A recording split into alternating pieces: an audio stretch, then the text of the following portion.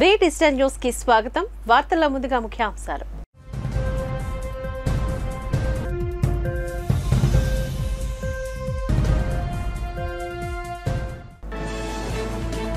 ఆడరి ఆనంద్ కు జన నీరాజనాలు. తనను ఎమ్మెల్యేగా గెలిపిస్తే ప్రజలకు అందుబాటులో ఉంటానంటూ పశ్చిమ వైసీపీ ఎమ్మెల్యే అభ్యర్థి ఆడరి ఆనంద్ కుమార్ హామీ.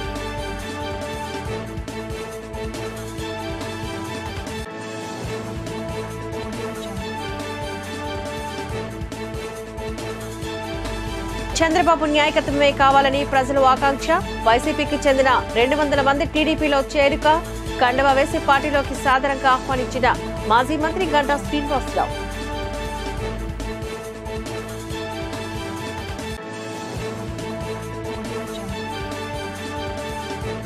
పెందుర్తిలో ఘోర రోడ్డు ప్రమాదం. వ్యాన్ ని లారీ ఢీకొట్టడంతో 3 మృతి, 10 మందికి గాయాలు.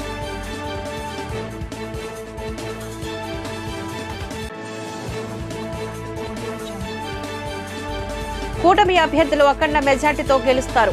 మీడియా సమావేశంలో గాజువాక తెదేపా అభ్యర్థి పల్లా శ్రీనివాసరావు ధీమా.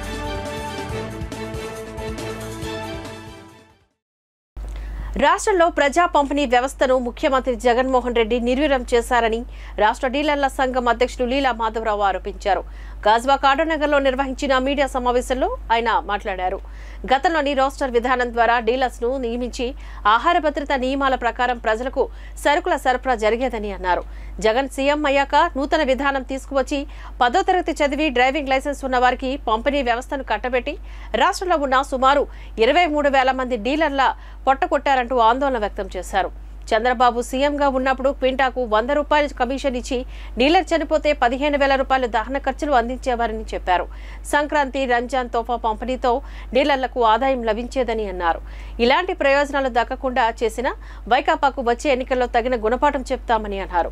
కార్యక్రమంలో సంఘం రాష్ట్ర కోశాధికారి గంగాధర్ గౌడ్, సభ్యుడు బాబురావు తదితరులు పాల్గొన్నారు.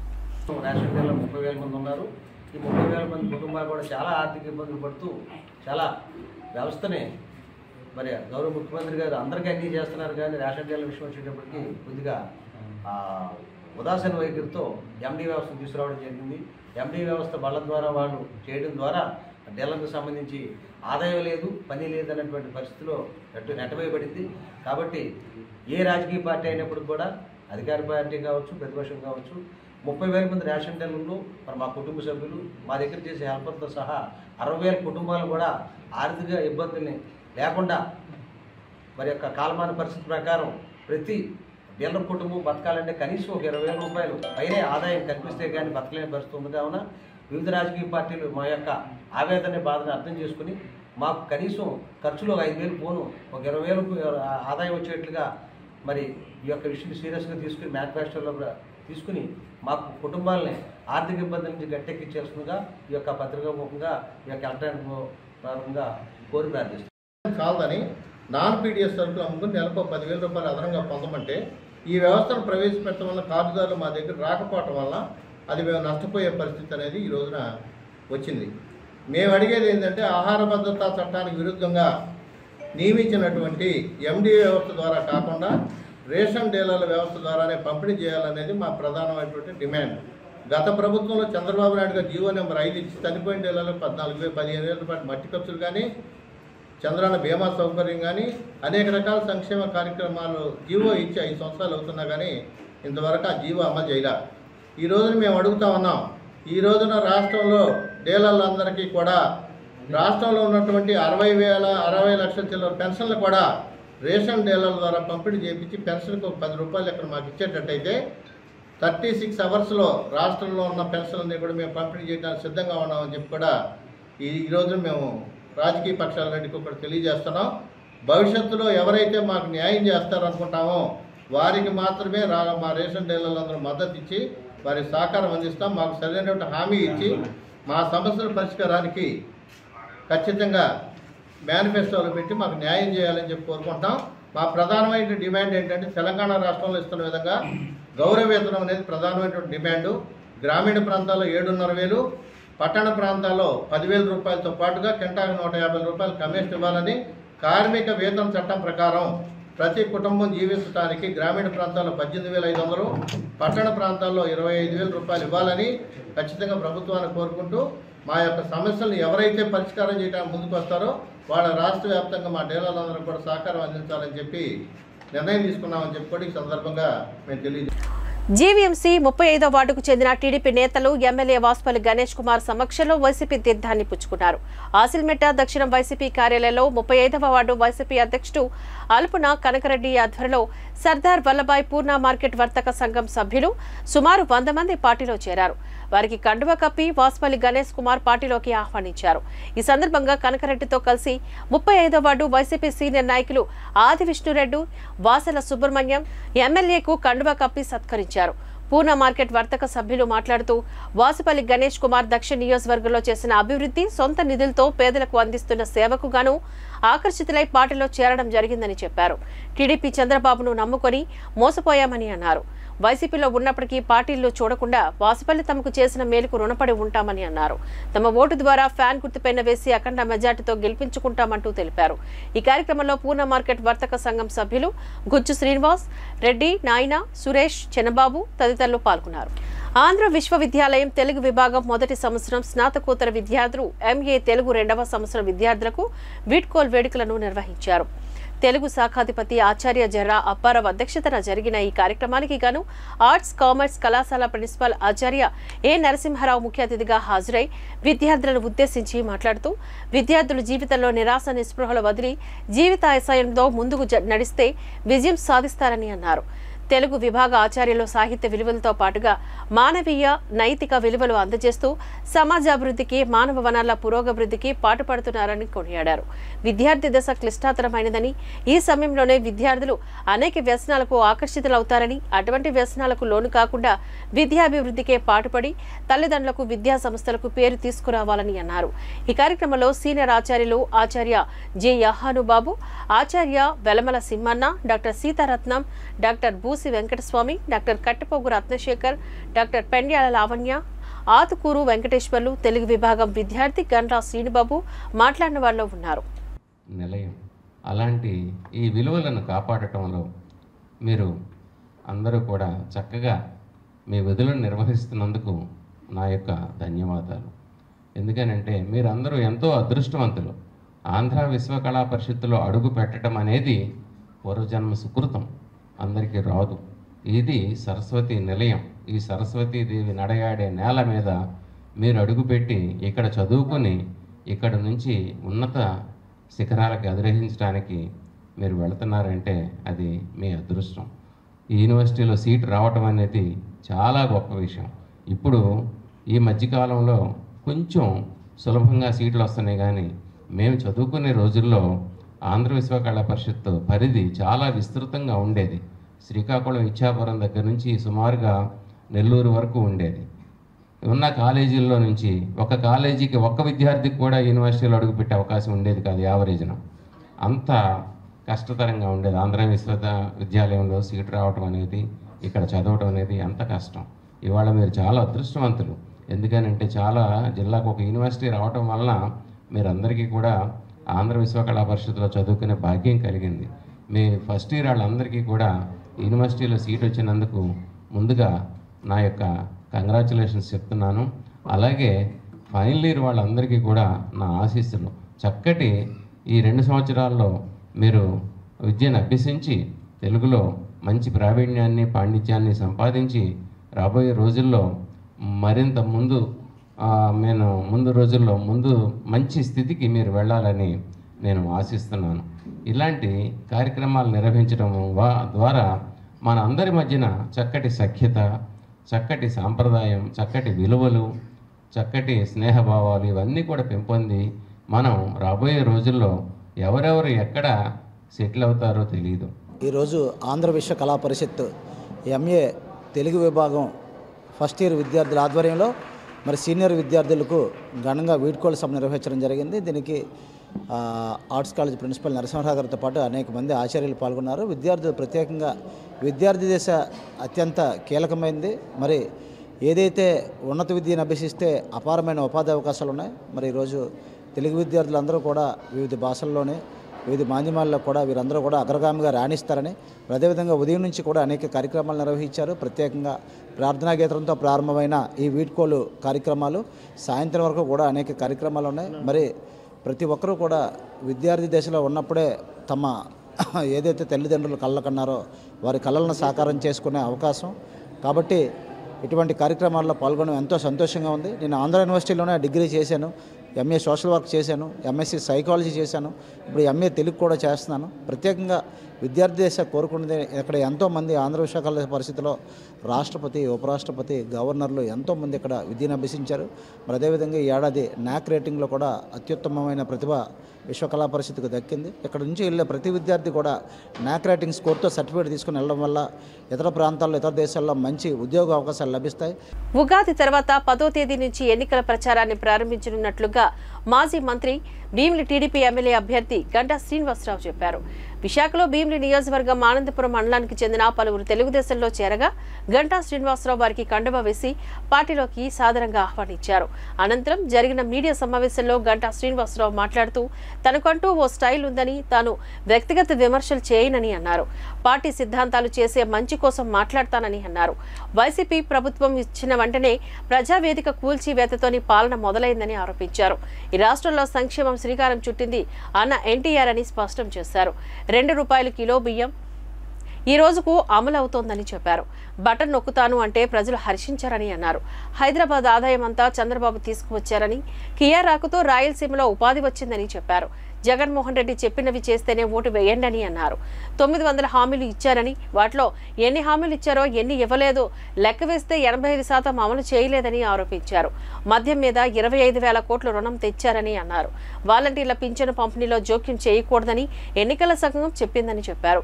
1,00,000 మంది సచివాలయం సిబ్బంది, రెవెన్యూ సిబ్బంది ఉన్నారని, వారితో పంపిణీ చేయొచ్చని చెప్పారు. ఈరోజు పింఛన్ల కోసం వృద్ధులను ఇబ్బంది పెడుతున్నారని అన్నారు. దొంగ ఓట్లు, అక్రమాలు, మద్యం ఎలా ప్రయత్నం చేసినా వచ్చే ఎన్నికల్లో టీడీపీ కూటమి గెలుపు ఖాయమంటూ ఆయన స్పష్టం చేశారు. ఇక ఈ రోజు నుంచి రోజు కూడా నేను టూర్ షెడ్యూల్ పెట్టుకుంటా ఉంటే దాంట్లో పొద్దున్నే ఈ జాయినింగ్స్ కార్యక్రమం పెట్టుకోవడం జరుగుతూ ఉంది. అంటే ప్రతి ప్రాంతం నుంచి కూడా జాయినింగ్స్ ఉన్నాయి. అవన్నీ కూడా షెడ్యూల్ చేసుకొని ఈవినింగ్ టూర్కి వెళ్ళే ముందు ఈ జాయినింగ్స్ అని కూడా చేసుకోవడం జరుగుతూ ఉంది. దీనికి ప్రధానంగా ఏంటి మీకు కూడా ఒక అనుమానం రావచ్చు, ఎందుకు ఇంత పెద్ద ఎత్తున జాయిన్ అవుతా ఉన్నారు, ఏంటి దీని వెనకాల రీజన్ అంటే దీంట్లో ఏం బ్రహ్మరహస్యం ఏం లేదు, అందరికీ తెలిసిందే. 2019 ఎన్నికల్లో జగన్మోహన్ రెడ్డి గారు ఒక ఛాన్స్ ఇవ్వని అడిగాడు. అందరూ కూడా నమ్మారు. ఒక ఛాన్స్ అన్నాడు, సరే ఏదో రాజశేఖర రెడ్డి గారి లెగసీ ఉన్నాడు కదా, ఏదైనా చేస్తాడేమో ఈ రాష్ట్రానికి అని చెప్పి ఉద్దేశంతో చాలామంది ఆ ట్రాప్లో, ఆ మాయలో పడిపోయారు. ఎంత నమ్మారంటే రాష్ట్రంలో ఎప్పుడూ లేని విధంగా 151 అసెంబ్లీ స్థానాలు, 22 ఎంపీ స్థానాలు ఇచ్చి చరిత్రలో ఒక ఘన విజయం వైఎస్ఆర్ పార్టీకి అందించారు. కానీ జగన్మోహన్ రెడ్డి గారు ముఖ్యమంత్రిగా బాధ్యతలు చేపట్టిన వెంటనే మామూలుగా పెద్దోళ్ళు సామె చెబుతారు, ఎవరైనా లేడీ ఇంటికి వచ్చినప్పుడు అడుగుపెట్టిన వేళా విశేషం వాళ్ళ పోకడంటే తెలిసిపోద్ది అని చెప్పని, అట్లాగే ఈ ప్రభుత్వం వచ్చిన వెంటనే పరిపాలన ఏ విధంగా స్టార్ట్ అయిందో మీకు తెలుసు. ఒక ప్రజా సమస్యలు పరిష్కరించే ఒక ప్రజా వేదిక, ఆ వేదిక కూల్చివేత ద్వారా ఈ ప్రభుత్వం పరిపాలన స్టార్ట్ చేసింది. గవర్నమెంట్ వచ్చిన ఫస్ట్ ఆఫీసర్స్ మీటింగ్లోనే ఆయన తీసుకున్న మొట్టమొదటి నిర్ణయం ఏంటంటే ఒక ప్రజా వేదికని కూల్చేయాలి.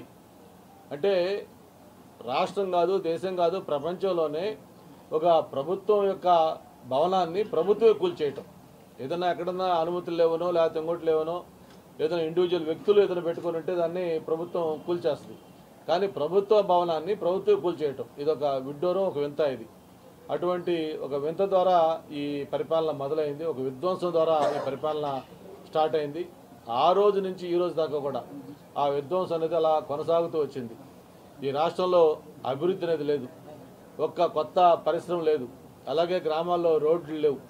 కేవలం మాట్లాడితే నేను అప్పులు చేసినా సరే నేను బటన్ నొక్కుతా ఉన్నాను, పేదలకి సంక్షేమం ఇస్తాను అంటున్నాడు. ఎస్, సంక్షేమం కూడా కావాలి.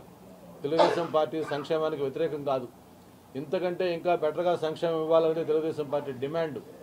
అసలు ఈ రాష్ట్రంలో సంక్షేమానికి నాంది ఆద్యులు అన్న ఎన్టీ రామారావు గారు తెలుగుదేశం పార్టీ స్థాపించినప్పుడు దేశంలో ఎక్కడా లేని విధంగా సంక్షేమ కార్యక్రమాలకు శ్రీకారం చుట్టిందే తెలుగుదేశం పార్టీ. ఈరోజు కూడా ₹2 కిలో బియ్యం పథకం అనేది ఆ రోజు అన్న ఎన్టీఆర్ గారు పెట్టింది. ఈరోజు హౌసింగ్ కార్యక్రమం ఆ రోజు అన్న ఎన్టీఆర్ గారు పెట్టింది. ఈరోజు ఏదైతే పేదవాళ్ళకి ఇచ్చే స్కీమ్స్ అనేక ఉన్నాయో అవన్నీ కూడా ఆ రోజు అన్న ఎన్టీఆర్ గారు పెట్టింది. అయితే ఇక్కడ మేము చెప్పేది ఏంటంటే సంపద సృష్టించకుండా ఉన్న పరిశ్రమలు పక్క రాష్ట్రాలు తరలిపోతూ ఉంటే ఆస్తులు అమ్మేసో లేకపోతే భూములు తాకట్టు పెట్టో లేకపోతే అప్పులు చేసో నేను పేదవాడికి పంచుతాను, ఇది ఏదో ఒకటి జరుగుతూ ఉందని చెప్పడమే దాన్ని మేము ఇచ్చేస్తూ ఉన్నాం. సంక్షేమ కార్యక్రమాలు ఇంతకంటే మెరుగ్గా అయ్యేవాలి. ఒక పక్క సంపద సృష్టించాలి, ఆ వచ్చిన సంపదని అభివృద్ధికి అలాగే సంక్షేమానికి బ్యాలెన్స్ చేసుకుంటూ వెళ్ళినప్పుడే దానికి కరెక్ట్గా సమన్వయం అవుతుంది తప్ప సంపద సృష్టించకుండా పరిశ్రమలు పారదోలి యువతకి ఉపాధి లేకుండా ఇవన్నీ చేస్తూ నేను స్కీమ్స్ ఇస్తున్నానంటే ప్రజలు దాన్ని ఎక్కడ కూడా హర్షించరు. ఎన్ని రకాల ఏట్లకు పాల్పడ్డా కూడా ప్రజలు స్పష్టంగా ఒక తీర్పు ఇవ్వబోతా ఉన్నారు, ఒక మార్పు కోరుకుంటా ఉన్నారు. ఒక వ్యవస్థలో ఈ చేంజెస్ కావాలని ప్రజలు అన్ని వర్గాల ప్రజలు కోరుకుంటా ఉన్నారు. మరి మీరు ఎన్ని ప్రయత్నాలు చేసినా తలకిందులుగా తపస్సు చేసినా కూడా రేపు జరిగే ఎన్నికల్లో తెల్లారితే తూర్పున సూర్యుడు ఎలాగైతే ఉదయించడం ఖాయమో రేపు జరిగే ఎన్నికల్లో తెలుగుదేశం పార్టీ కూటమి ఘన విజయం సాధించడం ఖాయం. చంద్రబాబు నాయుడు గారు ముఖ్యమంత్రి కావడం ఖాయం. మళ్ళీ రాష్ట్రానికి ఒక పూర్వ వైభవం రావటం ఖాయం అని చెప్పిన కూడా మీ అందరికీ మనవి చేస్తా ఉన్నాను. పశ్చిమ వైసీపీ అభ్యర్థి ఆడారి ఆనంద్ కుమార్ ఎన్నికల ప్రచారాన్ని హోరెత్తిస్తున్నారు. 89వ వార్డు కొత్తపాలెం, సంతోష్ నగర్ తదితర ప్రాంతాల్లో ప్రచారం సాగింది. తనకు ఒక్క అవకాశం ఇవ్వాలని ఓటర్లను అభ్యర్థించారు. అడుగడుగునా జనం నీరాజనం పలికారు. మహిళలు హారతులు పట్టి స్వాగతం పలికారు. అనంతరం వార్డు ఎన్నికల కార్యాలయాన్ని ఆయన ప్రారంభించారు. మళ్లీ జగన్ను సీఎం చేయడానికి జనం సిద్ధంగా ఉన్నారని ఆడారి ఆనంద్ అన్నారు. పంచగ్రామాల సమస్య జటిలం కావడానికి చంద్రబాబే కారణమని విమర్శించారు. తనకు అవకాశం ఇస్తే పశ్చిమ నియోజకవర్గాన్ని అభివృద్ధి చేసి చూపుతామని అన్నారు. వార్డు వైసీపీ అధ్యక్షుడు ఐతంశెట్టి గోపి ఆధ్వర్యంలో జరిగిన ప్రచార కార్యక్రమంలో దొడ్డి కిరణ్, ఆళ్ల పైడరాజు, కో అబ్జర్వర్ పేడాల రమణి కుమారి తదితరులు పాల్గొన్నారు.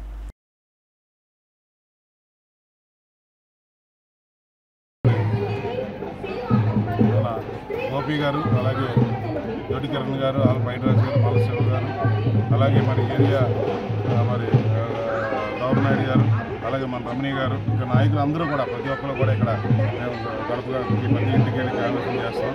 ఎక్కడికి వెళ్ళినా కూడా ప్రజలు ఒకటే, జగన్మోహన్ రెడ్డి గారి పథకాలు మాకు వస్తున్నాయి, మేము ఆయన వల్ల మేము ఆరోగ్యశ్రీలో బెనిఫిట్ పొందాం, మాకు ఒక అమ్మఒడి వస్తుంది, ప్రతి ఇంటికి అమ్మఒడి వస్తుంది. ఈరోజు మా పిల్లలకి ఎటువంటి పెట్టుబడి పెట్టకుండా ఈరోజు నాడు నేడు పెట్టి స్కూల్స్ పెట్టి బ్రహ్మాండంగా ఈరోజు మాకు కష్టం లేకుండా ఈరోజు మాకు ఒక ఇంట్లో ఒక మేనమావలాగా, ఒక ఇంట్లో ఒక అన్నదమ్ముడిలాగా ఈరోజు ఆయన కొడుకులాగా ఈరోజు మా ప్రతి ఒక్కరి ఇంట్లో ఉన్నారు. ఆయన కాకపోతే మేము ఎవరిని గెలిపించుకుంటాం, తిరిగి మమ్మల్ని అడిగే పరిస్థితి వస్తుంది. తప్పకుండా ఇక్కడ వెస్ట్లో భారీ మెజార్టీతో గెలవడం అన్నది కంపల్సరీ ఇది. ఎందుకంటే ప్రజల తాలూకా అభిప్రాయం ఏంటంటే జగన్మోహన్ రెడ్డి గారు మళ్ళీ రావాలి. గత 14-19లో మనం తప్పు చేసాం, రాష్ట్రం అంతా కూడా జగన్మోహన్ రెడ్డి గారు చేయంటే మనం కొద్దిగా పొరపాటు, మనం పెద్ద తప్పు చేసాం. ఆ తప్పు మళ్ళీ జరగకూడదు.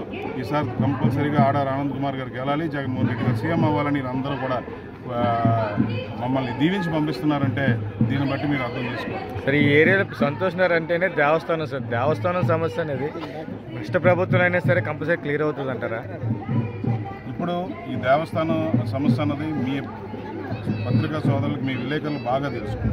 ఎవరు దీన్ని ఈ విధంగా ఇంత కంపు చేసిన పరిస్థితి ఏంటంటే చంద్రబాబు నాయుడు గారు ఈ రోజునాడు ఈ దేవస్థానం భూముల గురించి ఏ ఇష్యూ లేని దాన్ని ఒక ఇష్యూ కింద తయారు చేసి ప్రజలను కూడా అందరినీ కూడా సుఖం లేకుండా ఈరోజు ఇల్లు రిపేర్లు కూడా లేకుండా అయిపోయే పరిస్థితి తీసుకొచ్చింది చంద్రబాబు నాయుడు. కూటమి విజయం దిశగాను దూసుకువెళ్తోందని గాజువాక అత్యధిక అభ్యర్థి పల్లా శ్రీనివాసరావు అన్నారు. పాత గాజువాకలో ఏర్పాటు చేసిన మీడియా సమావేశంలో జనసేన పిఎస్సి సభ్యుడు కోన తాతారావుతో కలిసి ఆయన మాట్లాడుతూ రాష్ట్ర ప్రజలు మార్పు కోరుకుంటున్నారని చెప్పారు. అనకాపల్లి ప్రజల నుంచి వ్యతిరేకత రావడంతో అమర్నాథ్ గాజువాక పైన కన్ను వేశారని, అక్కడ చేయలేని అభివృద్ధి ఇక్కడ ఎలా చేస్తారని ప్రజలు ఆయన్ను నిలదీస్తున్నారని ఆరోపించారు. కూటమి అభ్యర్థులు అఖండ మెజార్టీతో గెలుస్తారని ధీమా వ్యక్తం చేశారు. కార్పొరేటర్లు పల్లా శ్రీనివాసరావు, మొల్లి ముత్యాల నాయుడు, గంధం శ్రీనివాస్, గడసాల అప్పారావు, ప్రసాదుల శ్రీనివాస్, సింగూరు ఆనంద్, వాసు, సూర్యనారాయణ తదితరులు పాల్గొన్నారు. తెలుగుదేశం, జనసేన, బీజేపీ కలిపి మేము ప్రచారంకి వెళ్తున్నాం. ఎక్కడికి వెళ్ళినా సరే మా శ్రేణులు, అటు తెలుగుదేశం పార్టీ నాయకులు, జనసేన నాయకులు, అలాగే బీజేపీ నాయకులు వారి యొక్క సహాయ సహకారం పూర్తి స్థాయిలో అందిస్తున్నారు. మేము ఎక్కడికి వెళ్ళినా సరే మాకు మా ఉత్సాహం కూడా రెట్టింపు అవుతుంది. ఎందుకంటే ప్రజలు నిరాదరణ పడుతున్నారు. ప్రజలు ఎక్కడికి వెళ్ళినా సరే చాలా బాగా ఆదరిస్తున్నారు. మాకు హారతులతో స్వాగతం పలుకుతున్నారు. సో ప్రజల నుంచి చూస్తున్నటువంటి స్పందన చూస్తే మాకు ఖచ్చితంగా రేపు మార్పు అనేది ఈ రాష్ట్రంలో మార్పు రాబోతుంది, ఈ ఎన్డీఏ కూటమి అధికారం రాబోతుంది అనే ఒక క్లియర్ సంకేతాలు కనిపిస్తున్నాయని చెప్పేసి ఈ సందర్భంగా తెలియజేస్తున్నాం. అలాగే మాకు చాలా అండగా మా జనసేన నాయకులు అందరూ కూడా వారు పురస్కారాల మీద ఆ బాధ్యతలు పెట్టుకొని మమ్మల్ని కూడా ముందుకు నడిపిస్తున్నారు. వారు కూడా ప్రజల ముఖాలు ముఖ్యంగా 5 సంవత్సరాల అరాచక పాలనకి అంతం కాబోతుంది, స్వేచ్ఛగా మనం రేపు తిరగవచ్చు, ఏదైనా మనకి మా వాకు మనం మాట్లాడవచ్చు, ఎవరిపైనా సరే విమర్శ చేయొచ్చు. చెప్పాలంటే గత 5 సంవత్సరాలుగా ఎవరిపైనా సరే విమర్శ చేస్తే వాళ్ళపైన దాడులు చేస్తున్నటువంటి పరిస్థితి ఉంది. కనుక మా స్వేచ్ఛ కోల్పోయాం, మళ్ళీ స్వేచ్ఛ అనేది మాకు తిరిగి రాబోతుంది అన్న ఒక ఆనందం మాత్రం ప్రజల కాలంలో కనిపిస్తుంది. ఇంకొకటి, ఇక్కడ మేము ఎలక్షన్కి వెళ్తూ మేము అందరూ ఎలక్షన్ అనుకుంటున్నారు. యాక్చువల్గా విశాఖ జాతీయ రహదారిపైన ఘోర రోడ్డు ప్రమాదం జరిగింది. ఈ సంఘటన పెందుర్తి సమీపంలో అక్కిరెడ్డిపాలెంలో చోటు చేసుకుంది. వ్యాన్ను లారీ ఢీకొట్టిన ఘటనలో వారంతా అక్కడికక్కడే ప్రాణాలు కోల్పోయారు. మరో 10 మందికి తీవ్ర గాయాలయ్యాయి. క్షతగాత్రులను కేజీహెచ్కు తరలించారు. మృతులు పశ్చిమ గోదావరి జిల్లా కొవ్వూరు వాసులుగా పోలీసులు గుర్తించారు. టాటా ఎస్ వ్యాన్ లారీ ఢీకొట్టడంతో ఈ ప్రమాదం జరిగిందని, ఇంకా పూర్తి వివరాలు ఆరా తీస్తున్నామని ట్రాఫిక్ పోలీసులు తెలిపారు. మృతదేహాన్ని పోస్టుమార్టం నిమిత్తం మార్చురీకి తరలించారు. కొవ్వూరు దరి తాళపాలానికి చెందిన 10 మంది విశాఖలో జరిగిన పెళ్లికి టాటా ఎస్ వ్యాన్లో వచ్చారు. పెళ్లి అనంతరం తిరిగి కొవ్వూరు వెళ్లిపోతుండగా రోడ్డు ప్రమాదం చోటు చేసుకుంది. వ్యాన్లో ఉన్న 10 మందిలో 3 అక్కడికక్కడికే మృతి చెందగా 7గురికి గాయాలయ్యాయని పోలీసులు తెలియజేశారు.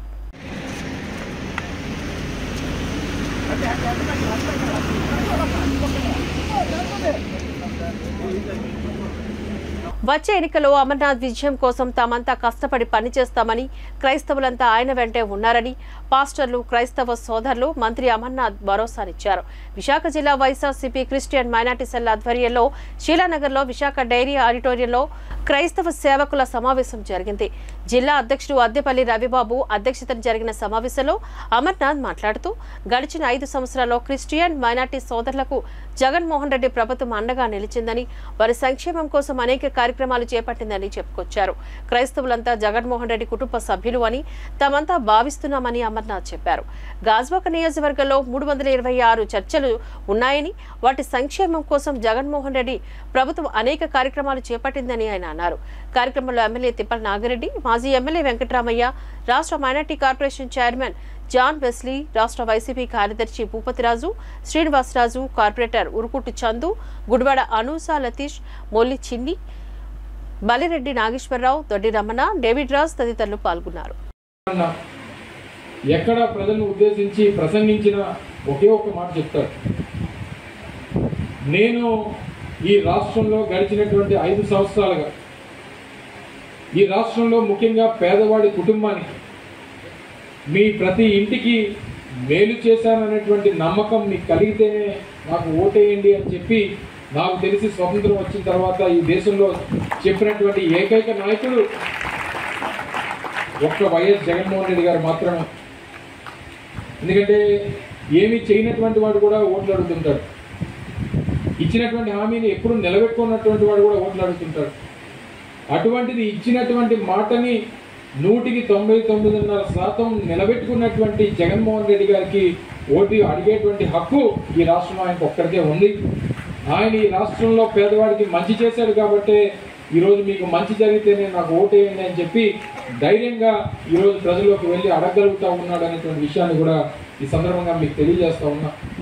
ఈ విషయాలన్నిటితో పాటు ఆఖరిగా ఒక మాట చెప్తాడు, నేను మంచి చేశాను, నేను మంచి చేసినటువంటిది ఈ రాష్ట్రంలో పేదవాడికి తెలుసు, నేను నమ్ముకున్నటువంటి నా దేవుడికి తెలుసు అనేటువంటి విషయాన్ని ప్రతి సమావేశంలో జగన్మోహన్ రెడ్డి గారు చెప్పినటువంటి విషయాన్ని మీ అందరికీ గుర్తు చేస్తూ ఉన్నా. ప్రతి ఒక్కరికి పుట్టినప్పుడు ఏ కులంలో పుట్టాలి, ఏ మతంలో పుట్టాలి, ఏ ప్రాంతంలో పుట్టాలి అనేటువంటిది మన చేతుల్లో ఉండదు, ఆ దేవుడు నిర్ణయిస్తారు. కానీ నమ్మినటువంటి ఆ మతానికి, మనం నమ్మినటువంటి మన దేవుడు చెప్పినటువంటి విధానాన్ని పాటించేటువంటి వాడే గొప్ప నాయకుడు అవుతాడు. ఆ నాయకుడు ఈరోజు మన వైఎస్ జగన్మోహన్ రెడ్డి గారు అని చెప్పి మీ అందరినీ తెలియజేస్తా ఉన్నా.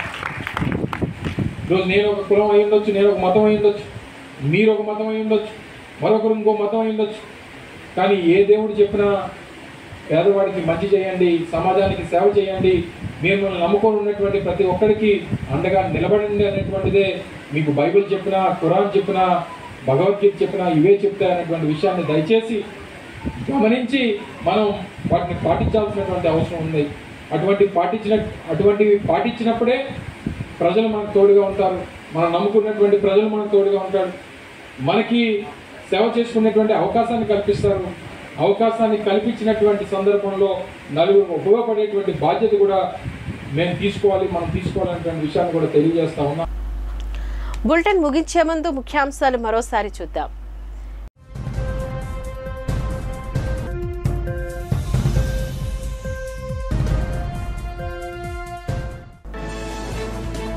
ఆడరి ఆనంద్కు జన నీరాజనాలు. తనను ఎమ్మెల్యేగా గెలిపిస్తే ప్రజలకు అందుబాటులో ఉంటానంటూ పశ్చిమ వైసీపీ ఎమ్మెల్యే అభ్యర్థి ఆడరి ఆనంద్ కుమార్ హామీ.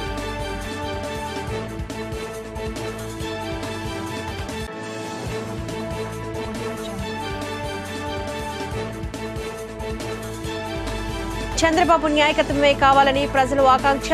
వైసీపీకి చెందిన 200 మంది టీడీపీలో చేరిక.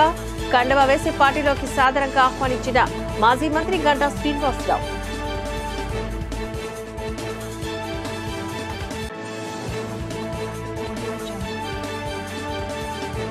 పెందుర్తిలో ఘోర రోడ్డు ప్రమాదం. వ్యాన్ ని లారీ ఢీకొట్టడంతో 3 మృతి, 10 మందికి గాయాలు.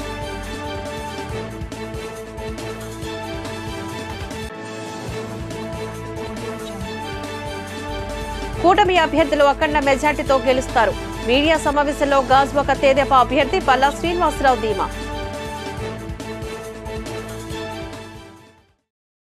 ఇవి బులెటిన్ అప్డేట్స్. మరిన్ని వార్తా విశేషాలతో మళ్ళీ కలుద్దాం. అంతవరకు సెలవు. నమస్కారం.